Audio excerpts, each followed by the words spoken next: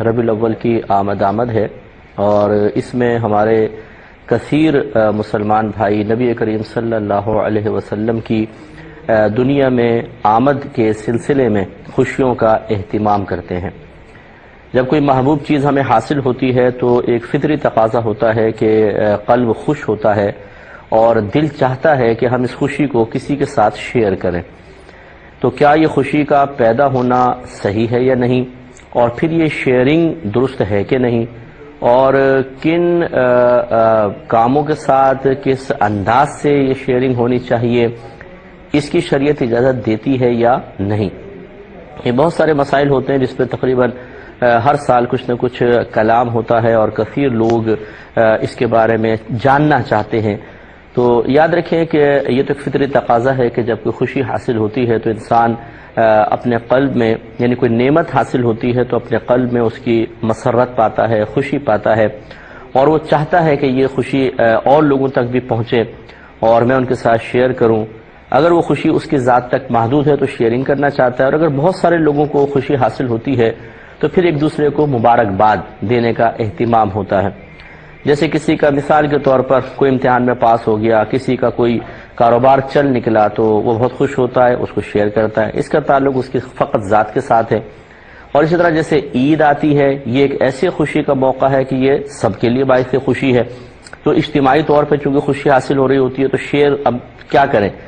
یہ تو پہلے ہی شیئر ہو چکی ہے خوشی، تو پھر اس کے لیے ایک دوسرے کو مبارکباد دی جاتی ہے۔ رحمت کونین صلی اللہ علیہ وسلم کی دنیا میں آمد مبارکہ بھی ایک ایسی ہی بڑی نعمت ہے کہ جس نعمت کے حصول کے بعد مسلمان، یہ سمجھ لیجئے کائنات کا نظام ایک طریقے سے بدل گیا۔ وہ اللہ تعالیٰ کے حکم سے ہی تھا، اللہ تعالیٰ کی اجازت سے ہی تھا، اور مشیت الہی کے عین مطابق ہوا، لیکن کائنات کا نظام بدل گیا۔ پہلے احکام بہت سخت قسم کے تھے، نرمی آ گئی، سہولت آ گئی۔ پہلے انبیاء علیہم السلام جب اپنی قوم سے ہدایت کے سلسلے میں مایوس ہو جایا کرتے تھے تو وہ اللہ تعالیٰ کی بارگاہ میں عرض کرتے، یا اللہ تعالیٰ ان کو عرض کرنے کی توفیق دیتا تھا، اور ان پہ اجتماعی پھر عذابات نازل ہو جایا کرتے تھے۔ یہاں ایسا نہیں ہوا، احکامات ہلکے، اور نبی کریم صلی اللہ علیہ وسلم نے تو یہاں تک ارشاد فرما دیا کہ آج اگر یہ مجھ پر ایمان لے کر نہیں آتے ہیں، مجھے یقین ہے کہ ان کی نسلیں مجھ پر ایمان لائیں گی۔ کہ جس طریقے سے دیگر دنیا کی نعمتیں حاصل ہونے پر انسان کے قلب میں خوشی پیدا ہوتی ہے، تو یقیناً جب نبی کریم صلی اللہ علیہ وسلم تشریف لائے تو آپ کی برکت، آپ تو سراپا خود انعام ہیں، اللہ تعالیٰ کی بہت بڑی نعمت ہے، اور پھر آپ کے ذریعے بے شمار نعمتیں حاصل ہوئیں کہ احکام ہلکے ہو گئے۔ پہلے دور میں کوئی گناہ کرتا تھا تو اس کا فوری طور پہ کفارہ بھی بتایا جاتا تھا اور سزا ضرور ملتی تھی، لیکن اس دور میں نبی کریم صلی اللہ علیہ وسلم کے شریعت میں بڑے بڑے انسان گناہ کر لے اور پھر اللہ تعالیٰ کی بارگاہ میں صدق دل سے توبہ کرے، سب معاف ہو جائیں گے۔ پہلے دور میں عبادت کے مقامات مخصوص تھے، ہمارے لیے پوری روح زمین سجدہ گاہ بنا دی گئی، سرکار فرماتے ہیں اللہ تعالیٰ نے پوری روح زمین سجدہ گاہ بنا دی۔ پہلے تیمم وغیرہ کے احکام نہیں تھے، پانی اگر کوئی مطلب غسل وغیرہ کرنا ہے تو پانی لازم ہے۔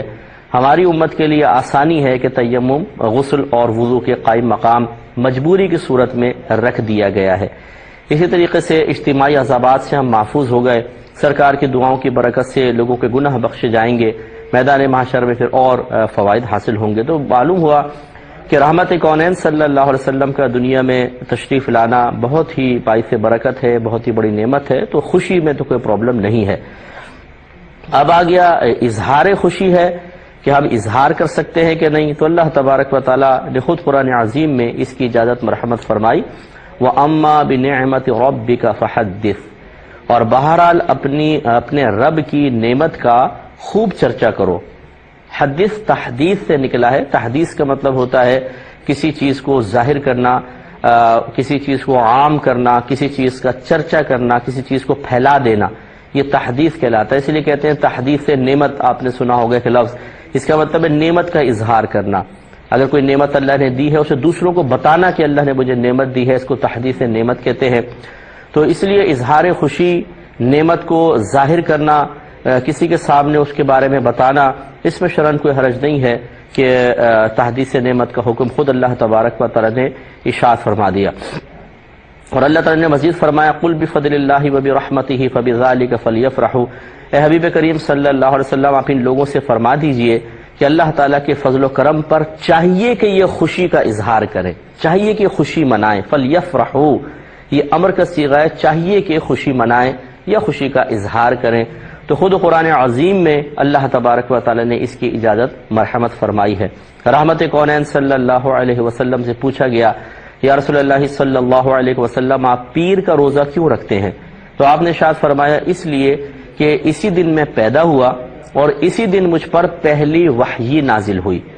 تو دیکھیں نزول وحی یہ ایک اللہ کی نعمت ہے، اور سرکار اس نعمت کو مطلب اقرار کے لیے، اعتراف کے لیے، یہ اس نعمت کے شکرانے کے طور پہ عبادت کو اختیار کر رہے ہیں، اس کو پھر ظاہر بھی کر رہے ہیں، دوسروں کو بتا رہے ہیں۔ تو اس لیے معلوم یہ ہوا کہ نعمت ملنے پہ خوشی محسوس ہونا، اس کا شرعی طریقے کے مطابق بالکل شریعت کے دائرے میں رہ کے اظہار کرنا بھی بہت اچھا ہے، اس میں کوئی حرج نہیں ہے۔ تو آپ کی خدمت میں عرض کر رہے تھے کہ ایک بات تو یہ شریعت نے بعض چیزیں غیر اختیاری ہوتی ہیں، جیسے کسی نعمت کے ملنے پہ خوشی کا محسوس ہونا، اور غیر اختیاری چیز پہ تو گرفتی نہیں ہے۔ تو نبی کریم صلی اللہ علیہ وسلم کی آمد پر قلب میں خوشی کا محسوس ہونا چونکہ غیر اختیاری ہے، اس پہ تو کوئی گرفتی نہیں ہے۔ پھر ہے اس کو خوشی کو کسی کے سامنے بیان کرنا یا اس کا کسی طریقے سے اظہار کرنا،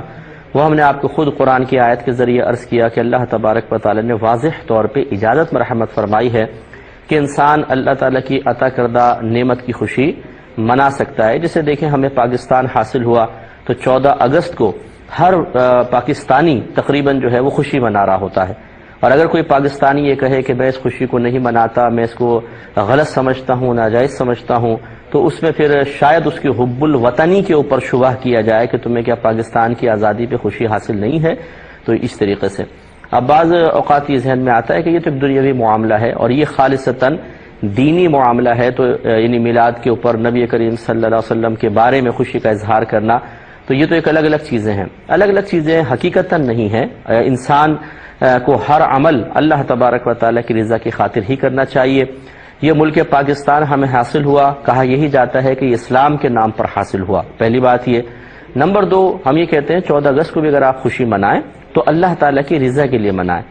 یعنی اس میں بھی اللہ تعالیٰ کی خوشنودی مقصود ہو، اس لیے کہ یہ ملک پاکستان حاصل ہوا تو آپ بڑے اطمینان سے آزادی کے ساتھ عبادات کر سکتے ہیں، اپنی دینی تمام معاملات کو بڑی سہولت کے ساتھ ادا کر سکتے ہیں، تو اللہ کی نعمت ہے۔ تو اس پہ اظہار تشکر کے لیے جب آپ کچھ کریں گے ایسا عمل کہ جو جائز ہو اور خرافات سے پاک و صاف ہو اور مقصود اللہ تعالیٰ کی نعمت کے اعتراف کے ذریعے مزید رضا الہی کا حصول ہے، تو امید ہے کہ انشاءاللہ